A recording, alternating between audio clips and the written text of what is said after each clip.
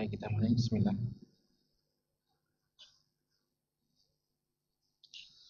Assalamualaikum warahmatullahi wabarakatuh.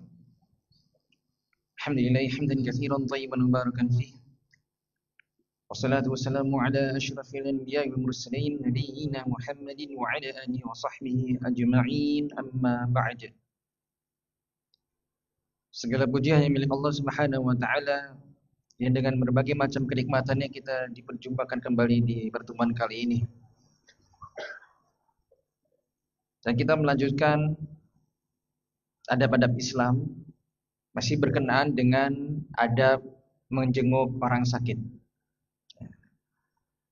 Dan terakhir kita telah menuntaskan doa, ya. Satu doa yang dimana dibaca oleh Nabi Sallallahu Alaihi Wasallam ketika menjenguk orang yang sedang sakit. Yang dimana beliau membacakan doanya yaitu Adzibil bas Rabban nas ishfi wa anta syafi la shifa illa shifauka shifaan la yughadiru saqama. Ya. Dan kemarin kita juga sampaikan bahwasanya ada satu lagi redaksi doa dari doa ini yang dimulai dari Allahumma Rabban nas Adzibil bas ishfi wa anta syafi la shifa illa shifauka shifaan la yughadiru saqama. Yang artinya, ya Allah, ya Rabb manusia, pemelihara manusia, hilangkanlah penyakit ini. Ishfi, sembuhkanlah, wa anta syafi, dan engkaulah maha penyembuh. Ya. La shifa illa shifauka. Ya, tidak ada kesembuhan melainkan kesembuhan darimu. Shifaan la yughadiru saqama. Kesembuhan yang tidak meninggalkan bekas penyakit sedikit pun. Nah, ini doa yang luar biasa. Karena terkadang doa itu, ya maaf, penyakit itu, ya, ketika hilang bisa jadi masih ada sisanya, bekas-bekasnya. Ya, dengan doa ini ya diharapkan kita memohon kepada Allah agar penyakitnya hilang beserta bekas-bekasnya ya, dari penyakit itu sehingga benar-benar bersih dari penyakit. Ya, benar-benar diberikan kesembuhan 100% dari penyakit tersebut. Nah, luar biasa. Baik. Kemudian kita langsung lanjut ke hadis yang berikutnya yang juga kita telah sampaikan ya. Oh, ini telah kita sampaikan juga sebenarnya. Yaitu berkenaan dengan Nabi Sallallahu Alaihi Wasallam ketika beliau merasa sakit, ya, maka beliau membaca Al-Mu'awwidzat. Al-Mu'awwidzat itu adalah 3 surat terakhir. Ya, 3 surat terakhir. Surat Al-Ikhlas, Al-Falaq, An-Nas. Ini dibaca kemudian ditiupkan. Wa yanfuthu, dalam hadis disebutkan yanfuthu. Wa yanfuthu maksudnya ditiup dengan ludah yang tipis. Kemarin kita sampaikan bahwasanya ada yang namanya an-nafhu, ada an-nafthu dan at-taflu. Nah, ini berbeda. Ya. Kalau an-nafhu itu hanya hawa saja, hanya udara, kosong dari ludah. Kalau an-nafthu yang dimaksud dalam hadis ini adalah tiupan, adanya udara, namun disertai dengan ludah yang tipis saja. Ya. Nah, maka kita tiupkan ke tangan kita, kemudian baru kita usap. Ya, usap ke bagian yang sakit. Nah, ini dilakukan oleh Nabi Sallallahu Alaihi Wasallam. Dan menariknya ketika Nabi Sallallahu Alaihi Wasallam benar-benar merasakan sakit yang tambah parah, maka Aisyah radhiyallahu anha sebagai ya istri tercinta Nabi Sallallahu Alaihi Wasallam, sangat mencintai Nabi Sallallahu Alaihi Wasallam, maka beliau ya berinisiatif untuk membaca muawwidzatnya. Jadi membaca 3 surat terakhir, kemudian ketika mengusapkan kepada diri Nabi SAW, beliau tidak menggunakan tangannya Aisyah, tangannya beliau sendiri, tapi menggunakan tangannya Nabi SAW. Ya, ini demikian. Nah, hal seperti ini diperbolehkan. Ketika kita tahu ada saudara kita yang sedang sakit, tanpa perlu diminta, kita bacakan boleh. Tanpa diminta dulu, kita boleh melakukannya. Mungkin anak kita, mungkin cucu kita, mungkin saudara kita, atau orang tua kita. Nah, ketika merasa sakit, bacakan ini. Tiupkan, kemudian diusap. Dan ingat berharap kesembuhan dari Allah Subhanahu wa taala. Bukan dari diri kita, tapi dari Allah Subhanahu wa taala melalui dari bacaan-bacaan yang kita bacakan untuk orang tersebut. Nah, semoga sakitnya pun juga hilang. Baik. Nah, inilah yang disebut dengan ruqyah. Ruqyah. Ya, boleh.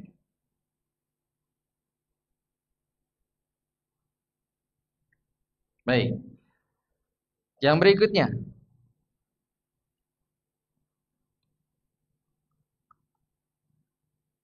yaitu meletakkan tangan kepada bagian tubuh yang sakit lalu membaca doa. Jadi meletakkan tangan ke anggota tubuh yang sakit kemudian bacakan doa. Ya. Hal ini pernah terjadi kepada sahabat yaitu Utsman bin Abil As radhiyallahu anhu. Semoga Allah meridhoinya. Ya. Pernah beliau merasa sakit kemudian mendatangi Nabi sallallahu alaihi wasallam karena rasa sakit yang ia derita. Dan dia dapati rasa sakit itu ada di tubuhnya. Ada di tubuhnya. Kemudian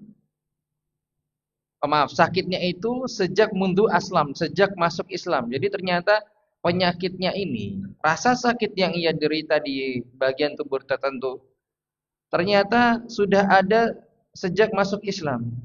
Ya, sejak kembali mentauhidkan Allah Subhanahu wa taala. Maka dia sampaikanlah itu kepada Rasulullah sallallahu alaihi wasallam. Maka kata Nabi sallallahu alaihi wasallam membantu sahabatnya yang mulia ini dengan mengatakan dha'i yadaka 'ala alladhi ta'allama min jasadik. Kalau gitu letakkan tanganmu di atas anggota tubuhmu yang sakit. Letakkan tangan ya di bagian tubuh yang sakit.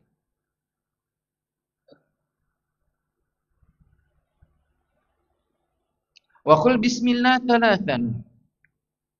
Lalu orang yang sakit itu atau di sini adalah sahabat yang mulia yang dimana menyampaikan itu kepada Nabi sallallahu alaihi wasallam, beliau diminta untuk membaca bismillah sebanyak 3 kali.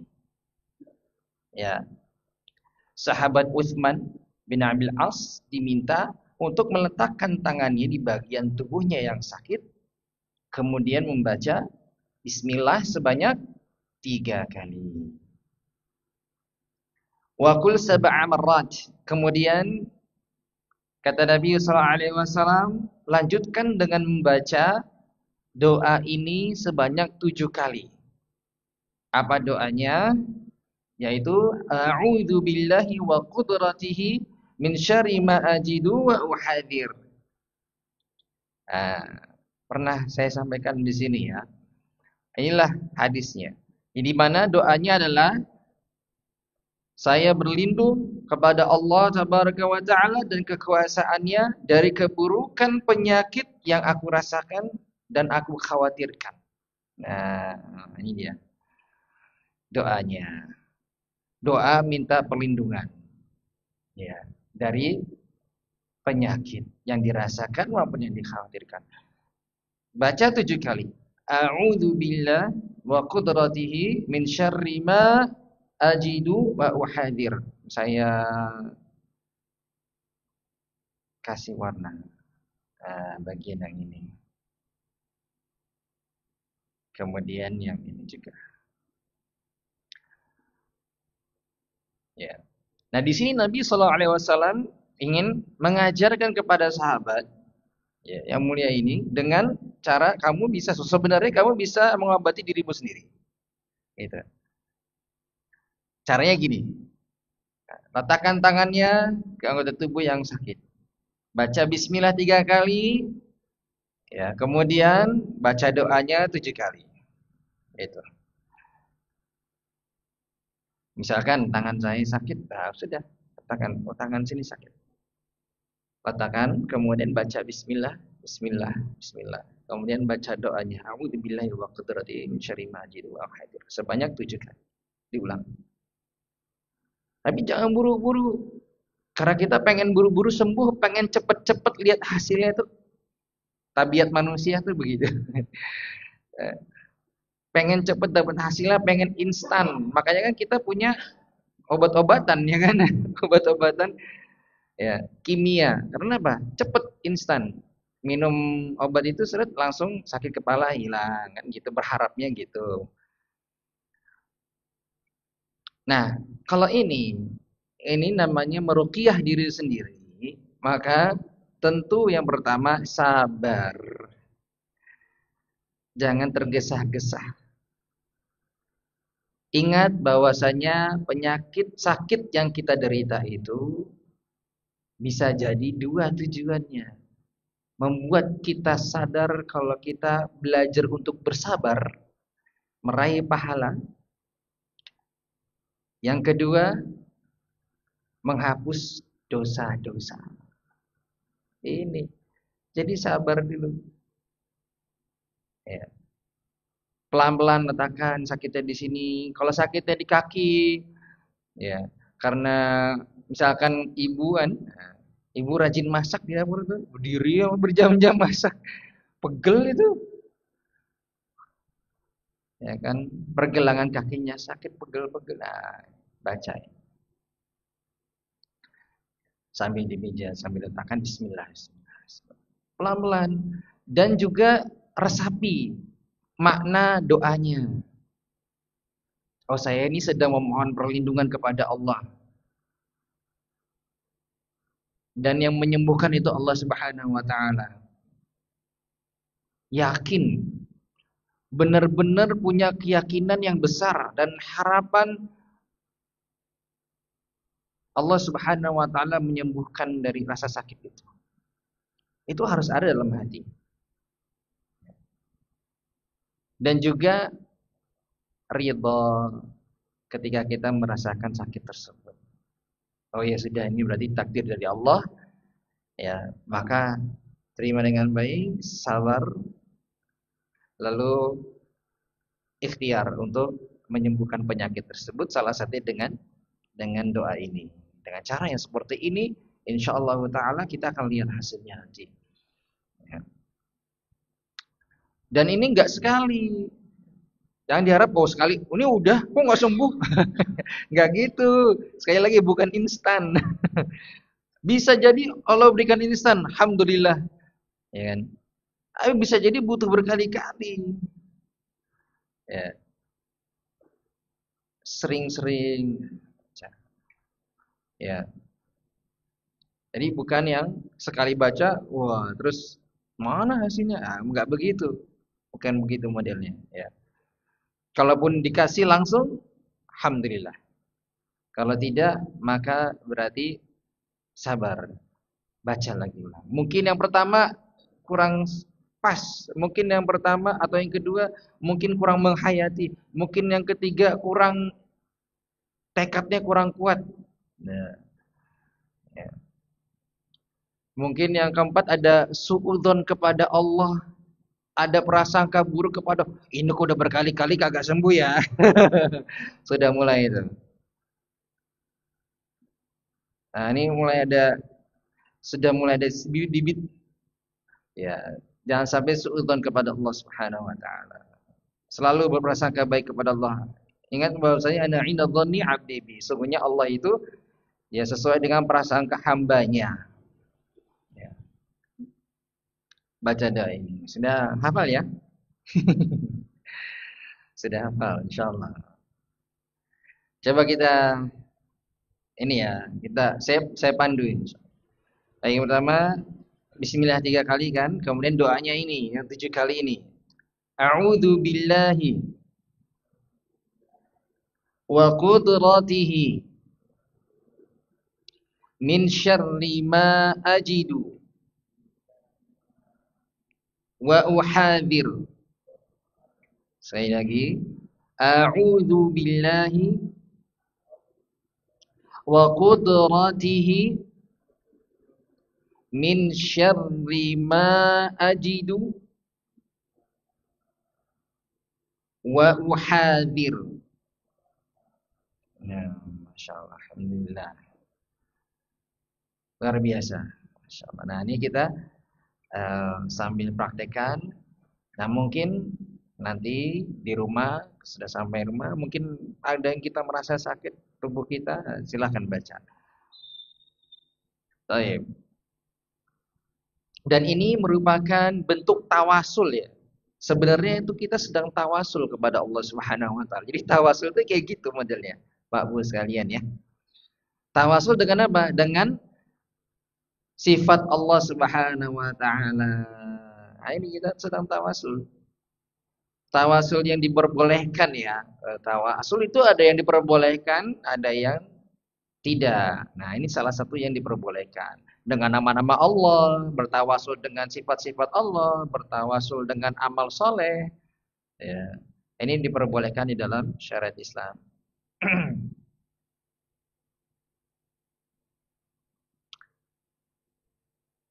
Baik.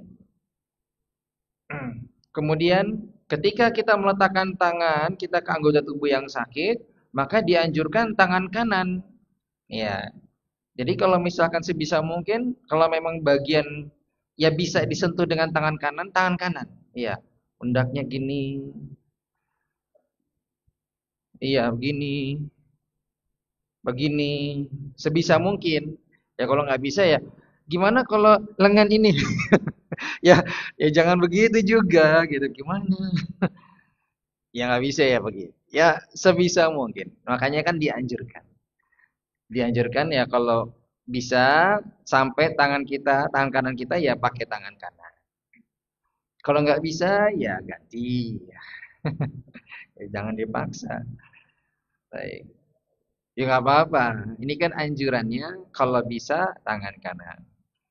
Kalau tidak maka ya pakai yang lain, tangan kirinya. Nah,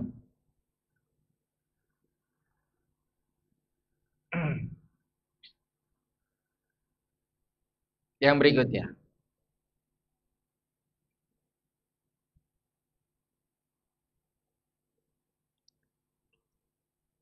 yaitu isbabu su'ali ahli marid an halihi, yaitu diperbolehkan untuk menanyakan keadaan orang yang sedang sakit kepada keluarganya. Diperbolehkan untuk menanyakan kabar orang sakit kepada keluarganya. Jadi teman kita sakit, tapi kita kenal dengan saudaranya, dengan mungkin kakaknya, dengan adiknya, dengan ayahnya. Kita bisa tanyakan ke anggota keluarganya. Om, gimana kabarnya Mas ini? Saya dengar kabarnya sakit ya. Oh iya betul begini. Boleh, itu diperbolehkan. Ya. Bahkan dianjurkan. Jadi kalau misalkan apalagi terutama kalau mungkin di rumah sakit ya kayak gitu ya. Teman kita dirawat di rumah sakit kayak gitu. Ada anggota keluarganya, dia nggak bisa dijenguk setiap saat tuh. Mungkin dalam perawatan khusus. Yang kita jumpai cuma anggota keluarganya. Tanyakan ke anggota keluarganya. Gimana kabarnya Mas ini? Tadi pagi seperti apa? Nah, itu boleh. Bahkan dianjurkan di sini. Dianjurkan. Ya. Dan ini pernah terjadi kepada sahabat Ali bin Abi Thalib. Coba kita simak ya hadisnya. Jadi hadis ini diriwayatkan oleh Al-Imam Bukhari dari sahabat Ali bin Abi Thalib radhiyallahu anhu. Ali bin Abi Thalib siapa Nabi SAW? Sahabat, ya sahabat, tapi siapanya? Masih keluarga nih beliau nih. Ali bin Abi Thalib masih keluarganya Rasulullah. Siapanya Rasulullah? Ali bin Abi Thalib.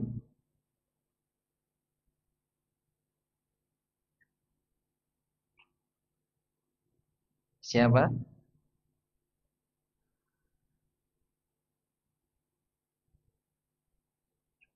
Yaitu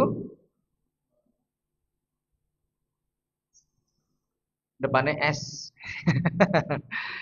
Se se bukan sekawan ya.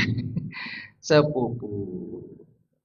Sepupu Nabi sallallahu alaihi wasallam. Jadi Ali bin Abi Thalib dengan Rasulullah sallallahu alaihi wasallam itu sepupuan. Ya, beda umur, jauh usianya, tapi sepupu. Karena ayahnya Ali bin Abi Thalib adalah kakaknya ayah dari Rasulullah SAW. Jadi ayah Rasulullah SAW itu paling kecil, Abdullah. Punya kakak namanya Abu Thalib. Ya.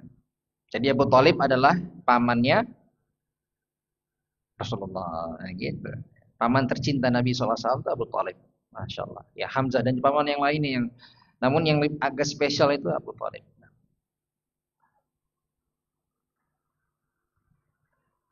Nah, suatu saat ketika ini terjadi, yaitu Rasulullah SAW merasakan sakit ya. Beliau sedang menghadapi penyakit di akhir hayat ini. Jadi menjelang wafatnya Nabi SAW ini kejadiannya. Jadi benar-benar beliau sakit ya. Yang sampai beliau nggak bisa bangun gitu. Jadi benar-benar merasakan ya sakit di tubuhnya Nabi SAW. Maka tatkala itu ya orang-orang pun berdatangan ya, para sahabat pun lain ingin menjenguk Nabi SAW. Tapi ketemu Ali bin Abi Thalib. Ya. Lalu menanyakan, Ya Aba Hasan, kaifa asbaha ya Rasulullah? Tanyakan kepada Ali bin sahabat nanya kepada Ali bin Thalib, gimana kabar Rasulullah pagi ini? Gimana kondisi Rasulullah pagi ini? Menanyakan kepada anggota keluarganya. Ini menunjukkan perhatian. Ya, jadi kalau kita bisa melakukan itu, ya sangat dianjurkan, silakan. Ya, ini menunjukkan perhatian kita kepada orang tersebut. Ya. Sampai-sampai anggota keluarganya pun kita tanyakan juga ya, tentang kabarnya orang yang sakit tersebut, gimana keadaannya. Teman kita punya ayah, ayahnya sakit, tanyakan, gimana kabar ayahmu sekarang? Ayah sakit. Oh iya, gini-gini. Itu menunjukkan perhatian kita. Kemudian kata Ali bin Abi Thalib, asbaha bihamdillahi bari'an. Kata Ali bin Abi Thalib menjawab, ya Rasulullah pagi ini sudah baikan. Ya sudah baik, sudah sembuh dari penyakitnya. Kata Ali bin Abi Thalib, ya, memberikan kabar yang menurut beliau, menurut pandangan beliau ya, menurut pandangan Ali bin Abi Thalib ini Rasulullah sudah baikan, sudah membaik. Maka fa'akhadha biyadihi Abbas ibn Abdul Thalib. Nah, kemudian Abbas pamannya itu memegang tangannya, yaitu Abbas megang tangannya Ali bin Abi Thalib lalu mengatakan kepada beliau. Apa yang beliau katakan?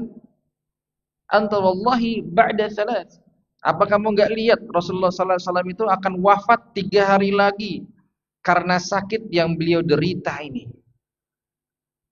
Jadi Abbas ya, paman dari Rasulullah dan pamannya juga Ali bin Abi Thalib mengatakan bahwasanya Rasulullah sallallahu alaihi wasallam itu enggak lama lagi hidupnya. Kemudian beliau melanjutkan, wa inni wallahi la ara Rasulullah sallallahu alaihi wasallam sawfa yutawaffa min waja'ihi hada. Ya.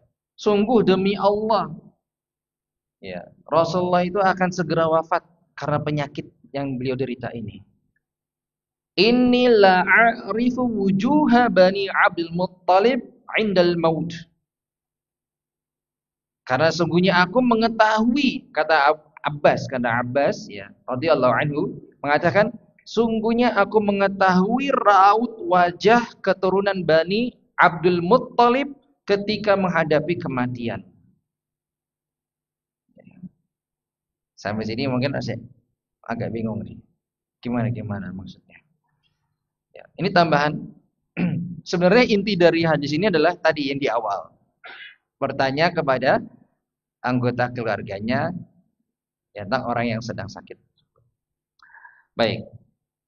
Tambahan dari hadis ini adalah berkenaan dengan Abbas. Ini sangat menarik sekali. Sangat menarik sekali. Ketika Ali bin Abi Thalib mengatakan Rasulullah itu udah membaik lah.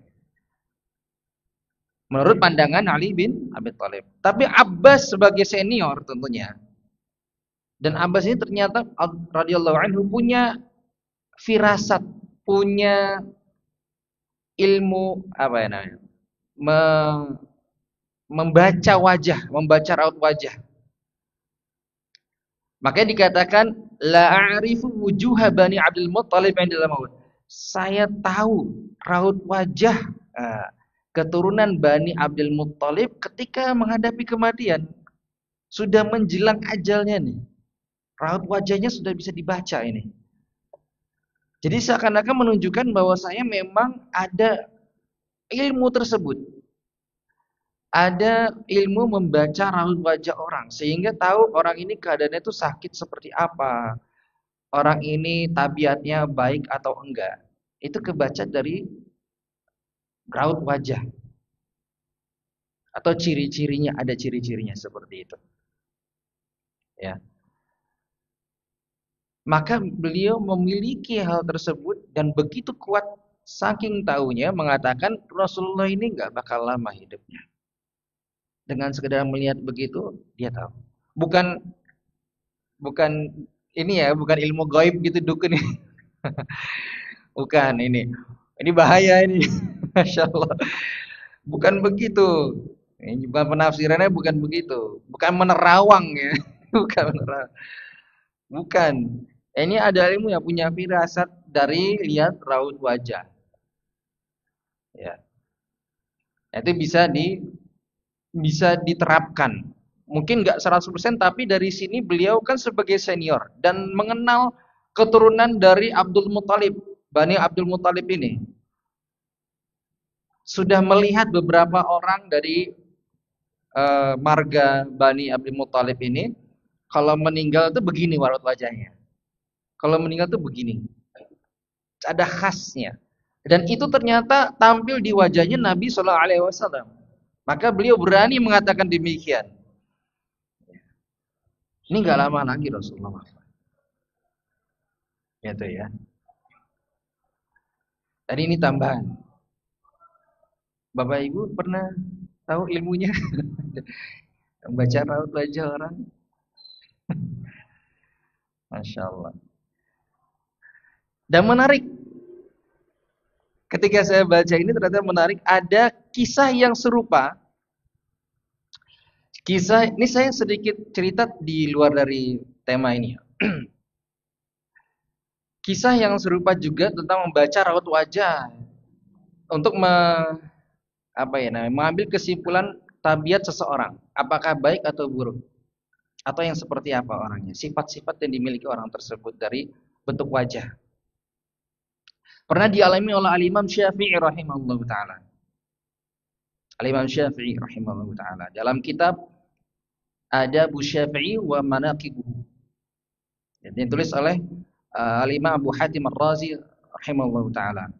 Dalam kitab itu disampaikan bahwasanya suatu ketika Imam Syafi'i itu ingin pergi ke Yaman. Nah, ingin pergi ke Yaman, Syekh Abdullah. Tapi Imam Syafi'i ingin pergi ke Yaman, kemudian di tengah jalan perjalanan jauh, ini keluar negeri ya. Ini udah zaman dulu kan pakai kendaraannya apa ya? Entah onta atau keledai atau kuda semisalnya. Nah, perjalanan jauh kemudian ingin mencari tempat gitu kan untuk menginap. Kebetulan ternyata ada orang tuh di pinggir jalan. Ya, ditanyalah sama Imam Syafi'i, ini ada punya rumah enggak gitu yang bisa saya tinggal sementara semalam gitu. Maka orang ini bilang ada.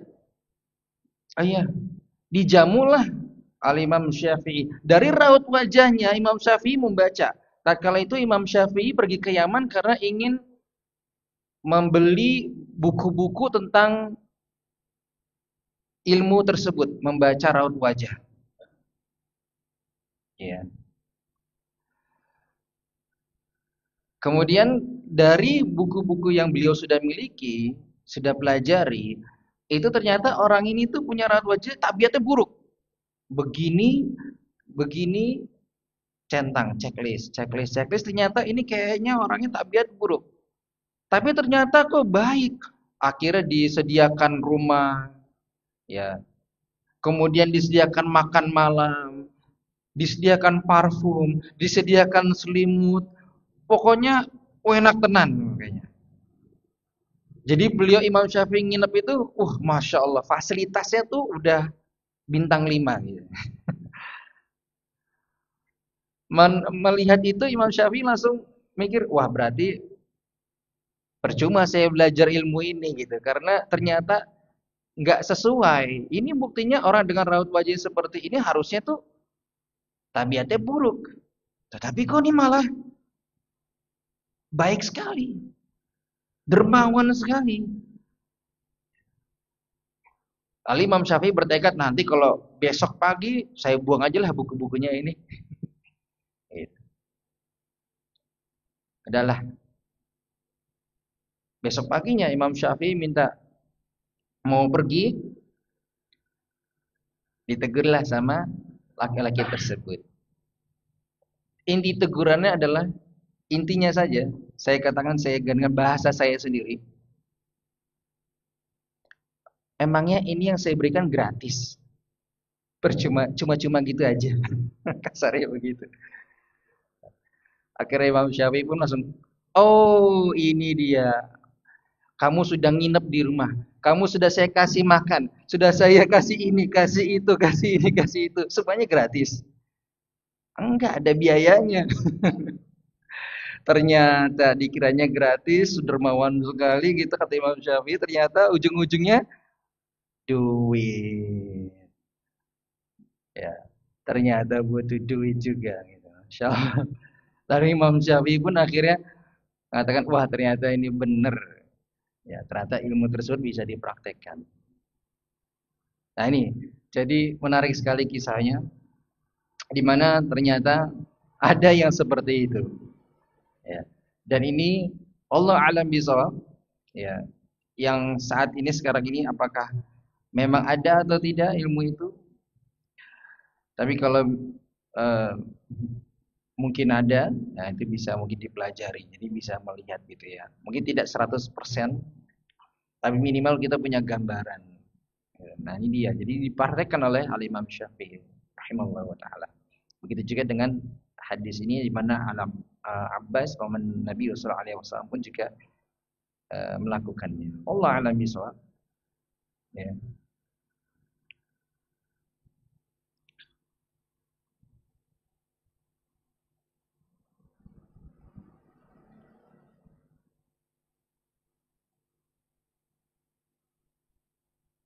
Baik. Kemudian yang berikutnya,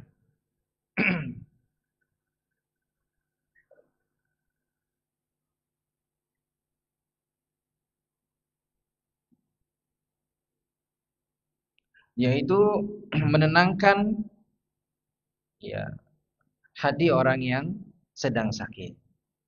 Menenangkan hati orang yang sedang sakit. Ini dianjurkan. Sehingga kalau kita menjenguk orang sakit, coba bawakan kata-kata yang motivasi, kata-kata penyejuk, kata-kata yang membangkitkan semangat untuk sembuh, ya. Kata-kata yang menambah kesabarannya dan lain sebagainya. Ini dilakukan oleh Nabi sallallahu alaihi wasallam dalam hadis riwayat Imam At-Tirmidzi dari Abu Hurairah radhiyallahu anhu, Di mana Nabi sallallahu alaihi wasallam pernah menjenguk seorang yang sakit demam. Jadi Nabi SAW pernah menjenguk orang yang sakit demam. Kemudian Nabi SAW mengatakan kepada orang tersebut, "Abshir, fa innallaha yaqulu." Kata Nabi SAW, bergembiralah. Orang lagi sakit disuruh bergembira itu sakit demam, demam tinggi itu diminta untuk bergembira. Tapi inilah gitu ya. Nabi SAW mengingatkan orang tersebut, "Abshir, gembiralah. Fa innallaha yaqul." Sesungguhnya Allah Subhanahu wa taala berfirman, "Hiya nari usallituha ala 'abdi al-mudhnib." Allah Subhanahu wa taala mengatakan, demam itu adalah apiku yang aku berikan kepada hambaku. Hambaku yang berbuat dosa. Litakuna haddahu minan nar. Sebagai pengganti api neraka. Sekali lagi, kata Nabi SAW, bergembiralah. Karena demam itu sesungguhnya adalah apiku yang aku berikan kepada hambaku yang berbuat dosa. Sebagai pengganti api neraka. Nah ini dia. Jadi Nabi SAW menyampaikan kabar gembira. Agar orang yang sakit demam ini semangat. Ya. Bersabar. Dan mengharap pahala di sisi Allah Subhanahu wa taala. Ya. Nabi SAW di sini mengingatkan bahwasanya penyakit demam itu ya merupakan pencucian, penghapusan dosa-dosanya.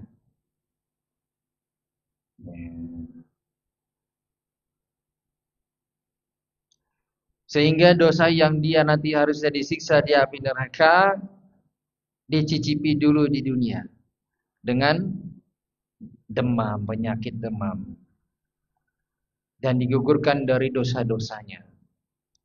Ini rahmatnya Allah Subhanahu wa taala begitu luas. Allahu akbar. Gimana coba?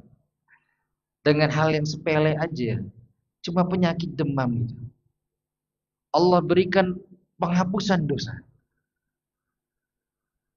Gak perlu yang rumit-rumit, yang ribet-ribet, cukup nih penyakit. Dikasih demam, bergembiralah. Bisa nggak Pak Bu? Prakteknya luar biasa sulit. Yang ada ngeluh kalau kita demam. Aduh nggak bisa. Aduh.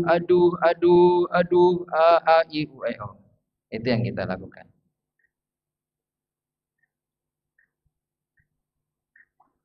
Tapi bisa nggak kita bergembira ketika saat itu sedang sakit?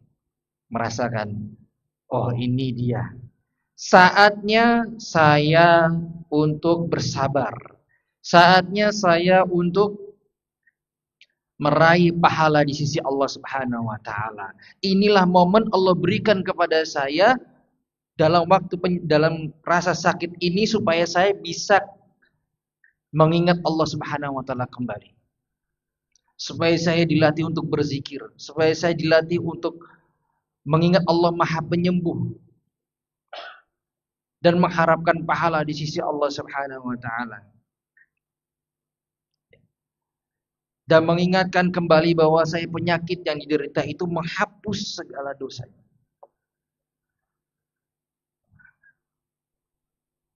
Ini prakteknya angin saya. Sulit sekali ya. Masya Allah. Karena demam itu biasanya berapa? 3 hari ya, 3 harian. Gimana kita coba? Bisa kita latih diri kita. Sulit iya. Tapi bukan berarti tidak bisa. Nggak bisa karena nggak mau coba. Nggak mau melatih diri. Nggak mau menjadi yang lebih baik. Maka cobalah, latihlah diri kita. Dan kalau kita sakit, maka ingat kepada Allah Subhanahu wa taala bahwa itu adalah penghapusan dosa. dan momen kita untuk meraih pahala di sisi Allah Subhanahu wa taala. Bahkan ini bukan hanya penyakit demam saja, apapun penyakitnya, jenis penyakitnya. Ya. Makanya dalam ada suatu hadis disebutkan bahwasanya penyakit yang kita derita, seorang muslim kalau dia kena penyakit, dia kena rasa kesedihan, gundah gulana, galau, bahkan duri yang menusuknya itu apa? Sebagai penghapus dosa baginya. Hadis riwayat Imam Bukhari. Jadi kalau kita lagi sedih, galau, gundah gulana, penyakit yang kita derita, itu semua menjadi penghapus dosa. Ini luar biasa sekali. Betapa besar rahmat Allah Subhanahu wa taala yang Allah berikan kepada kita. Dan janganlah kita menyela atau mencela ya, penyakit apapun itu, termasuk penyakit demam. Mencela dengan berbagai macam jenisnya, termasuk dengan tidak ridho. Tidak ridho itu termasuk sibab, termasuk mencela. Enggak ridho dengan takdir Allah, tidak menerima dengan lapang dada takdir Allah kalau dia sakit. Maka seorang muslim dia hendaknya benar-benar masrahkan dirinya kepada Allah kala itu. Ketika tertimpa penyakit, maka ini adalah memang takdir dari Allah Subhanahu wa taala yang perlu diterima. Tidak perlu memikirkan apapun kecuali apa? Selanjutnya, apa yang harus dilakukan kalau sudah ditakdirkan Allah seperti ini? Bersabar, meraih pahala, mengharapkan pahala di sisi Allah. Mengharapkan itu sebagai penghapusan dosa-dosa. Ingat dengan dosa-dosa kita yang sangat banyak.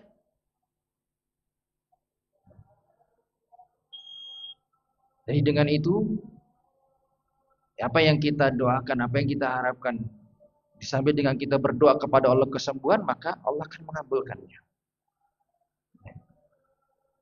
Maka dari itu ada hadisnya di mana la tusibbi al-humma, jangan celak penyakit demam.